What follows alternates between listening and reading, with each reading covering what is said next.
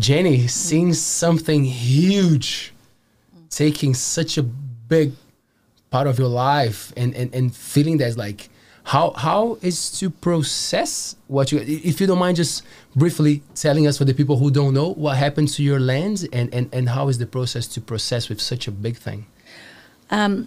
It was a very dry, hot summer. So the potential for any fire starting on the hill where we live, which is a sort of a peninsula into the Whirianga Harbour, it could happen at any time. So everyone's very aware of it. So the fire that hit us that year, nobody knows how it started. Could have just started with a piece of glass on the dry grass. And the fire went into the bush, and before they even noticed, it was already right through the bush. So getting fire engines up to our place is quite difficult. They had about 10 fire engines from everywhere. I think 50 acres was 50 hectares. A lot of land was burnt. Several houses were burnt. The firemen called it a good fire because nobody died. We all had to evacuate. We thought our house on the other side of the peninsula was quite safe, but no, because when the fire starts going, it makes its own wind.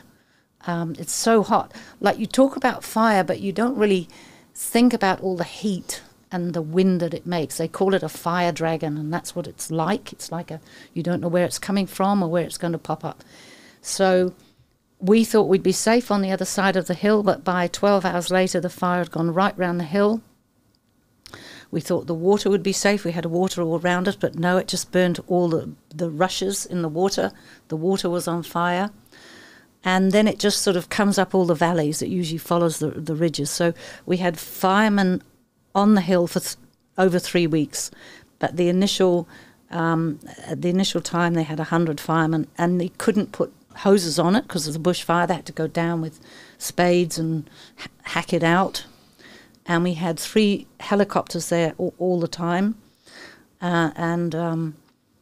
Luckily, we've got water all around us because they were just scooping water out of the estuary and pouring it on the fire. And it was just really because of those helicopters that our house didn't burn. It was very close. Burned our vegetable garden, half the corn patch. And then the fire people stayed for several weeks afterwards. They'd come around every night. They based themselves on the hill, but every night they'd come around with their fire engine, because it would break out. The fire would break out where you wouldn't expect it. I was walking up our drive one afternoon and I just looked down and said there was smoke coming out from a bamboo grove, and I thought, that shouldn't be happening, shouldn't you know? And sure enough, a fire had sort of popped up there.